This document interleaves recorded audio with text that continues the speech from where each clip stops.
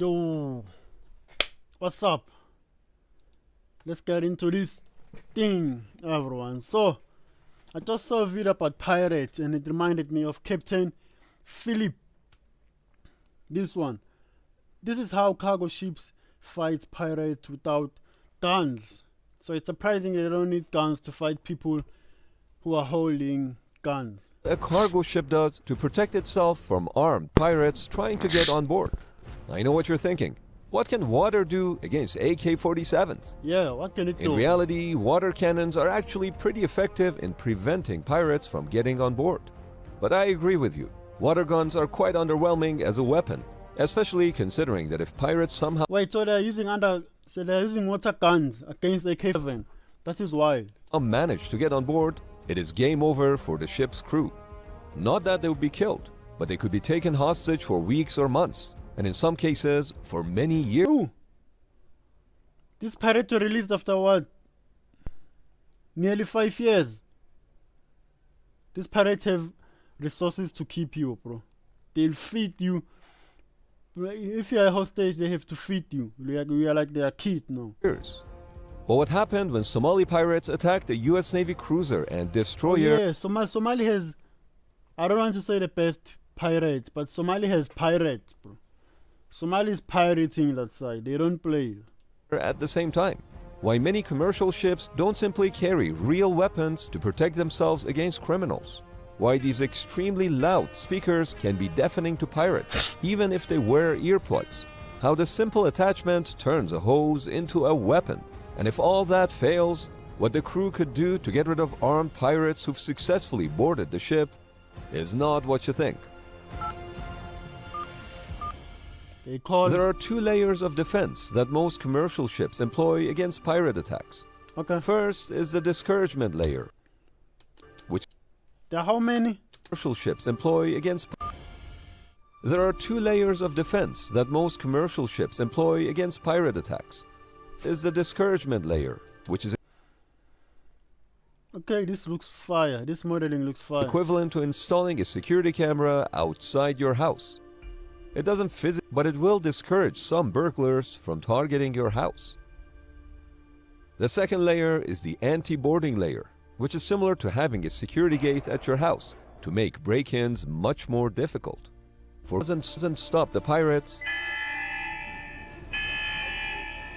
LRADs could play a very loud tone, which could be as loud as standing behind a jet engine and directed So they're killing your eardrums. toward the boat, which is very uncomfortable, if not deafening.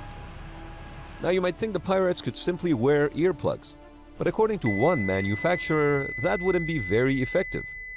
That's because sounds can still travel to your inner ear through vibration of the bones in the skull, which is how that's true. I think Beethoven used to play a keyboard like that. Beethoven is a pianist. I think the pioneers of piano. He was deaf. He used to place a rod inside his teeth, bite it, and he'd listen to the music he's playing through the vibration instead of hearing. bone conduction headphones work. In some cases, this might be for criminals, who might turn around and look for the next easier target instead. That said, pirates who are serious could shoot the LRAD and destroy it. Ooh, And that's where the second layer of they can't even shoot it, bro. These guys are serious about their job. anti-boarding equipment comes into play. This is a simple yet effective weapon to stop boats. It shoots out a rope that stays on the water surface and then tangles up the engine propeller as the boat crosses over it. Oh, so not just any rope can do this. This one specifically. Now take that same principle, apply it to cargo ships, and you get this. A series of trailing wires that can be brought out on the sides and the stern of the ship. If a boat tries to get too close, there's a good chance that this would stop them and make them think twice. A quick So they're just going to drag them. stop like this could in fact be dangerous for the pirates. Water cannons are another effective tool to Oh, they don't even need water for a cannon. They drain the same water they are on. prevent unwanted onboarding. The cannon's water pressure can be used as a deterrent for pirates, just like they're used for riot control. But the cannons could also fill up an approaching boat and potentially sink it. Oh, Some yeah, this one is dope. I like this one. cannons are remote operated so the crew can use them from a safe distance without having to worry about being fired at. Some other ones are fixed but shoot water in all different directions to hinder onboarding. And some others have rotating heads which consistently spray water on the sides of the ship. And then there is the water current. I think the water cannon is the only helpful thing here. I think it's just the only helpful thing here. The others, the beacons and stuff, I don't think they are helping.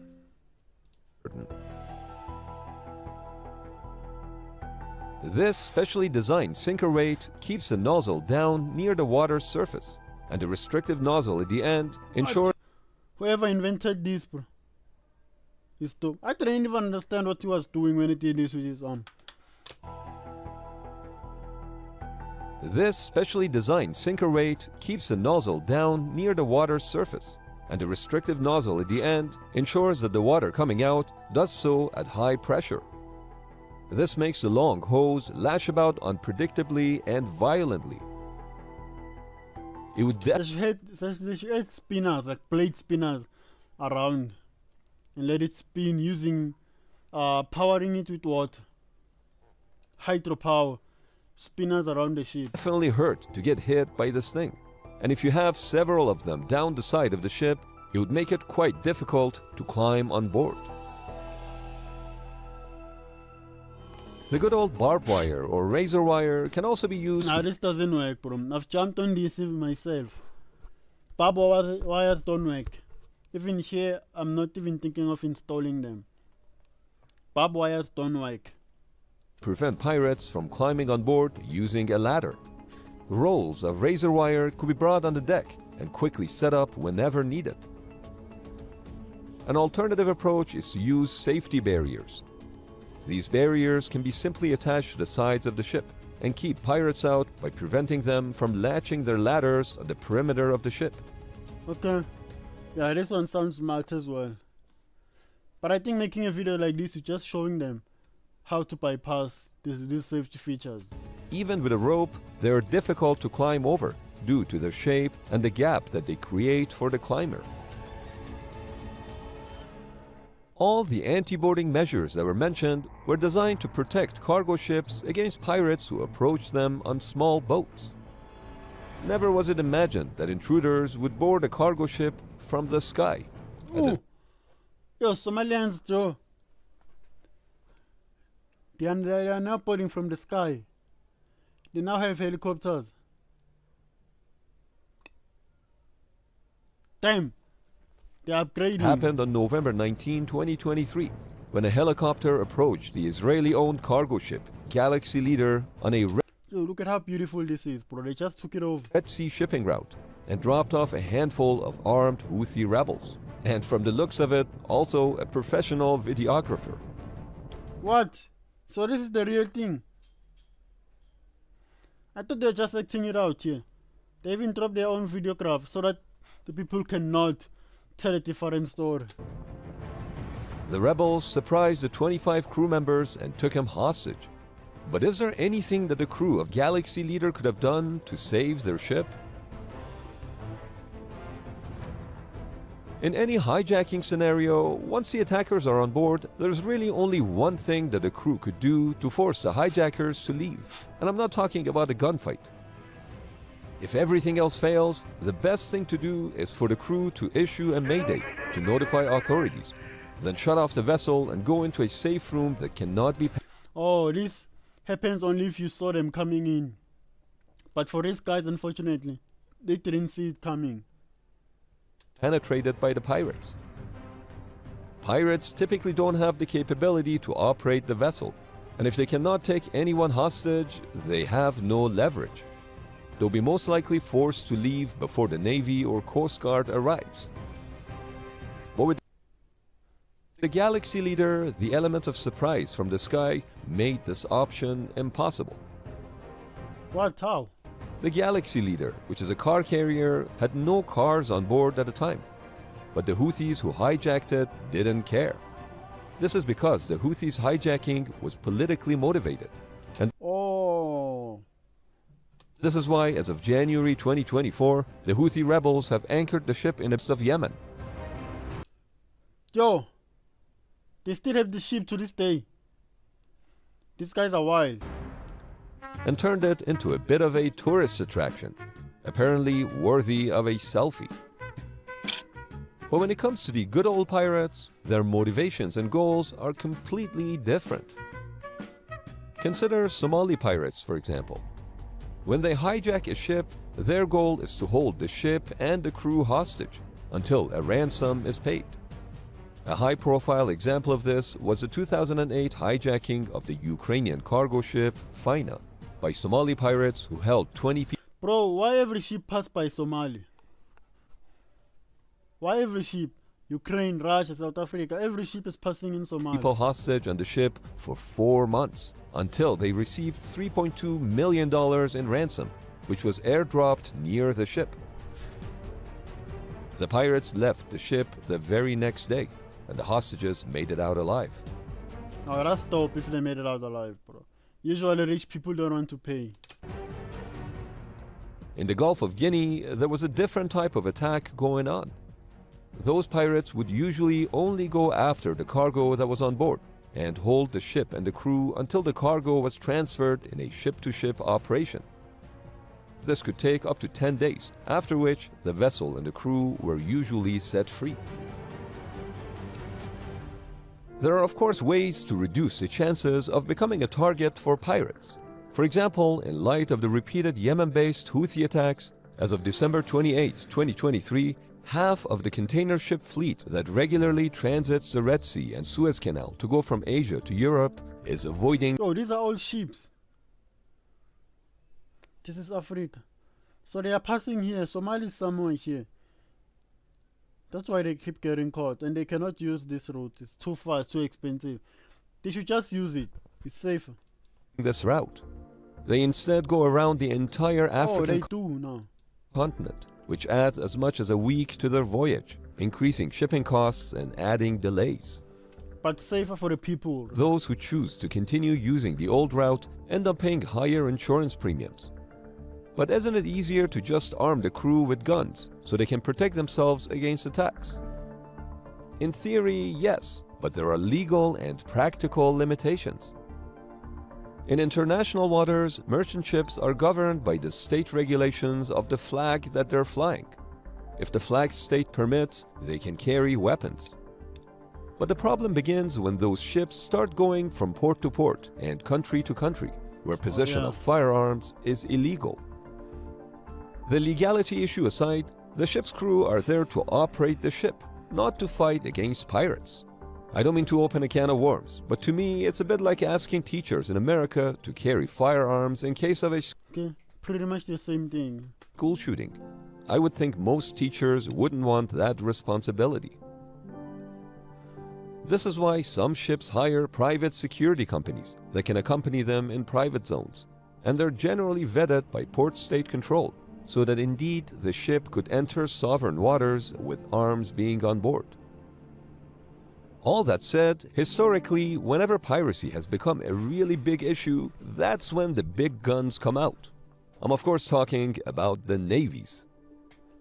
For example, in the early 21st century, piracy...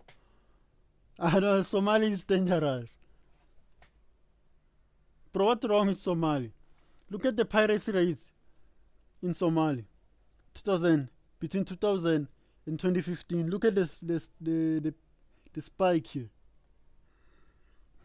Somalia dangerous. In Somali waters became quite popular, and at its height in 2011, Somali pirates carried out 212 attacks. Oh! The World Bank estimated those attacks to cost the world economy $18 billion. Given the and the Somali government is not doing anything about it.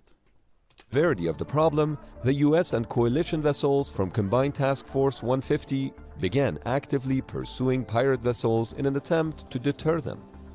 But on March 18, 2006, a number of Somali boats engaged with the US Navy destroyer USS Gonzalez and the cruiser USS Cape St. George. The pirates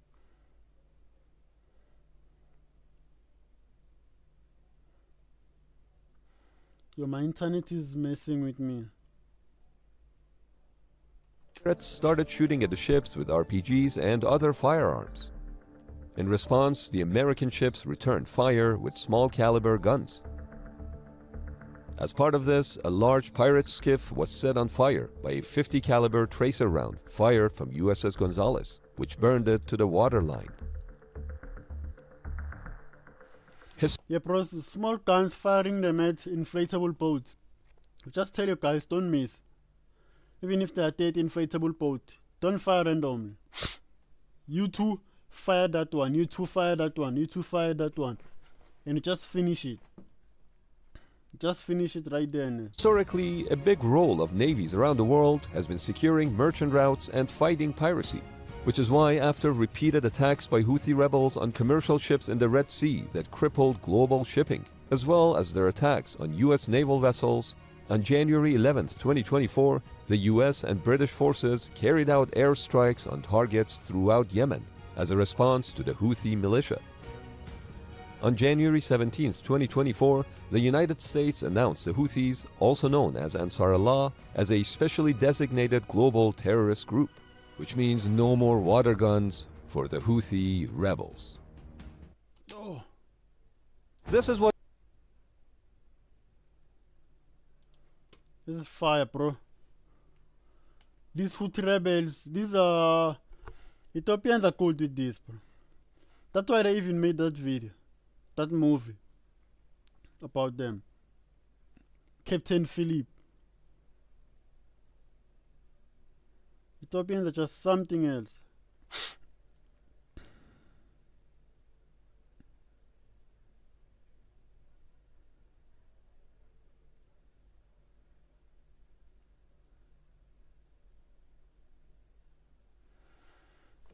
Wait, why can't I see the other?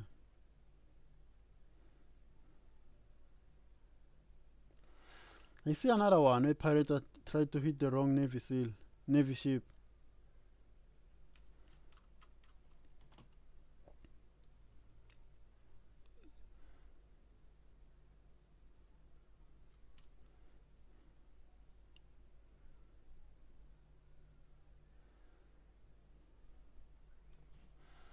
I'm trying to see if my internet is fast.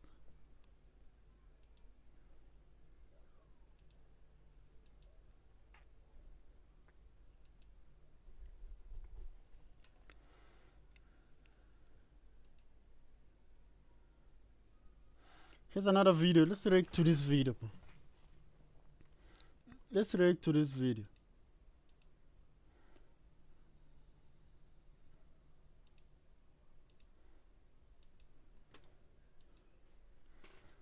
Okay, let's go. Let's see what's happening here. The most wanted people in history. I know this one. We all know this one. You know this one, 9/11 guy. This one is still in prison. He's alive, in fact. Where is Pablo? Okay, I see Pablo here. I see Saddam. I know him. I know Ted. I know Edward Snowden. Think a CIA, former CIA. I don't remember these two. But I'm sure they wanted African minerals. So let's go. Edward Snowden. Edward Snowden worked as an NSA contractor. Oh, NSA. I thought it was CIA. In 2013, he copied classified documents revealing mass surveillance programs. On May 20th, 2013, he flew from Hawaii to Hong Kong. He did a good thing. Why is there even a mass surveillance program? People need their privacy. With encrypted files. On June 5th, The Guardian published the first story. On June 14th... Oh, I remember The Guardian. The Guardian was, I think it was founded. No. It's not. I'm thinking of WikiLeaks. That was founded by... I don't remember the guy, but he lived a very, very sad life. On the run. In embassies and stuff. I'll remember his name. Federal prosecutors charged him with Theft and Espionage Act violations. The State Department revoked his passport. On June 23rd, he flew to Moscow but couldn't leave the airport. For 39 days, he he lived in the transit zone. On August 1st, 2013, Russia granted him asylum. In 2020, Russia granted him permanent residency. Ooh, damn. How long did that take? 13, Russia granted him asylum. In 2020, Russia granted him Almost 10 years, yeah, and now he qualifies, bro. And Russia is an enemy of the state, so an enemy of the state will be a friend to them. permanent residency. Supporters call him a hero. Critics call him a traitor. As of 2025, Snowden remains in Russia, wanted by U.S. authorities for 12 years. Ted Kaczynski. Oh, so he wasn't supposed to leave. How did he leave and get to Moscow? Illegal. He was supposed. His Espionage passport. Act violations. The State Department revoked his passport. On June 23rd, he flew to Moscow but couldn't leave the airport. For 30 Oh yeah, because he flew without a passport and proper papers and stuff. 1995, the unabolish years. Ted Kaczynski. Between 1978 and 1995, the Unabomber mailed explosive devices that killed 3 Shit. people and injured 23. The FBI's investigation So he was a terrorist. became one of the most expensive in American history. In 1995, he sent a 35,000-word manifesto to newspapers. The Washington Post and New York Times published it on September 19, 1995. David Kaczynski recognized his brother Ted's writing style and Oh, so the brother is the one who sold contacted him. authorities. On April 3, 1996, FBI agents raided a remote cabin near Lincoln, Montana. Ted Kaczynski, 53, lived alone without electricity. Inside, agents found bomb components and a detailed journal. On January 22, 1998, facing the death penalty, Kaczynski pleaded guilty in exchange for life without parole. On June 10, 2023, he was found dead in his cell at age 81. Damn, he was too old, you know. He was too old. The case had lasted 17 years. Joseph Kony. Joseph Kony founded the Lord's Resistance Army in Uganda in 1987. Yeah, he knew it's an African guy. Over 3 decades, the LRA abducted 66,000 children, forcing boys to become soldiers and girls into sexual slavery. In 2005, the International Criminal Court issued arrest warrants. A $5 million reward was Why did it take so long, bro? They took too long. offered. In 2011, President Obama I think authorized it's because other countries were not benefiting. This thing is still happening. Other countries are still getting resources. The international court is not doing anything. 100 U.S. military advisors to assist African forces. In 2012, Kony 2012 went viral, bringing international attention. Despite resources, Kony remained at large. By 2017, the LRA had fewer than 100 fighters. In 2017, the U.S. ended operations, citing reduced threat. As of 2025, Joseph Kony remains at large, What? evading Bro, you know, when you're starting a criminal empire, you should also be having something on the side that when I start running, you should be like, who's that guy? Raymond Reddington. He cannot be caught. capture for over 30 years. Radovan Karadzic. Radovan Karadzic was president of Republika Srpska during the Bosnian War from 1992 to 1995. He Yo, this guy's a president. No wonder I never heard of him. ordered the siege of Sarajevo, which lasted 1,425 days, killing over 11,000 civilians. In July This is 1995, exactly what's happening now. Bosnian Serb forces massacred approximately 8,000 Bosniak men and boys in Srebrenica. On July 25th, 19 National Criminal Tribunal indicted him for genocide and war crimes. For 13 years, he evaded capture, living under the name Dragan Dob. Dragon Debik. 13 years. These guys are good. Criminals are good at hiding. Especially if you already know that one day you'll be wanted. Practicing alternative medicine in Belgrade. On July 21, 2008, Serbian intelligence located him riding a bus. Police arrested him without incident. His trial began on October 26, 2009. On March 24, 2016, he was found guilty and sentenced to 40 years. On appeal, the sentence was increased to life imprisonment on March 20, 2019. Oh, Karadzic he's is never held coming out alive. He's old already. at a UN detention facility. He is 80 years old. Carlos the Jackal. Ilich Ramirez Sanchez, known as Carlos the Jackal, was one of the most wanted terrorists of the 1970s and 1980s. Born in Venezuela, he joined the Popular Front for the Liberation of Palestine. In 1975, he led a raid on OPEC headquarters in Vienna, taking 11 oil ministers hostage. Ooh. The operation killed 3 people. He bombed cafes, trains, and shops across France, killing dozens. He was linked to at least 11 murders. He moved between communist countries that provided protection. After the Cold War, his safe havens disappeared. On August 14, 1994, French agents captured him in Sudan. He was drugged, placed in a sack, and flown to France. Yo, this is an illegal way. This is a funny way to capture someone. 3 separate trials Because they knew they'd have to go through court, so they have to kidnap him and start a story that they already captured him there. convicted him of multiple murders. He received 3 life sentences. Carlos is held in a maximum security French prison. He has been imprisoned for 31 years. Pablo Escobar. Pablo Escobar's We all know Medellin this cartel one. supplied 80% of the world's cocaine at its peak in the late 1980s, earning an estimated $420 million per week. Oh. How much am I earning now a week? I think I'm earning 1,000 rand a week. That's less than $100. He ordered the murders of hundreds of judges, officers, journalists who opposed him. In 1989, he bombed Avianca Flight 203. People wild. Now they are still wild, but bro, from the 90s. The 90s is something else.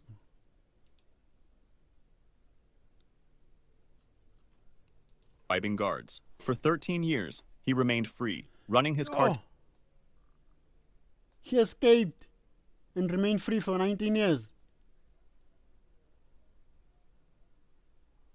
from hiding. Forbes magazine listed him among the world's most powerful people. The U.S. offered a $5 million reward. Among the world's most, he remained free, running his cartel. Bro, for that 13 years, I would have continued running, making sure I never get caught. Not continuing running my cartel. From hiding. Forbes magazine listed him among the world's most powerful people. The U.S. offered a $5 million reward. On February 22, 2014, Mexican Marines captured him in a hotel in Mazatlan. He was sent to Altiplano Prison, Mexico's highest security facility. On July 11, 2015, guards discovered his cell empty. He had escaped through a tunnel nearly a mile long. This guy. 2015, guards discovered his cell empty. He had escaped through a tunnel nearly a mile long, 30 feet underground, equipped with lighting, ventilation, and a motorcycle. How did he even do all of this? It was the prison that helped him. There's no way he can do this on his own. On rails. The tunnel took over a year to build. On January 8, 2016, Marines raided his house in Los Mochis. A gunfight erupted. 5 cartel members were killed. Guzman escaped through a drainage tunnel, emerged through a manhole, and stole a car. Police caught him on the highway an hour later. This time, Mexico extradited him to the United States. On January 19, 2017,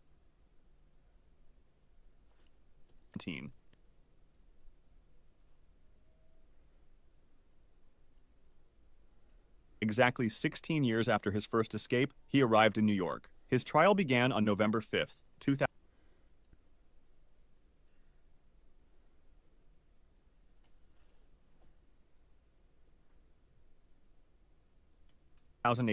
On February 12, 2019, a jury found him guilty on all charges. On July 17, 2019, he was sentenced to life in prison plus 30 years. He is held at He's never coming out.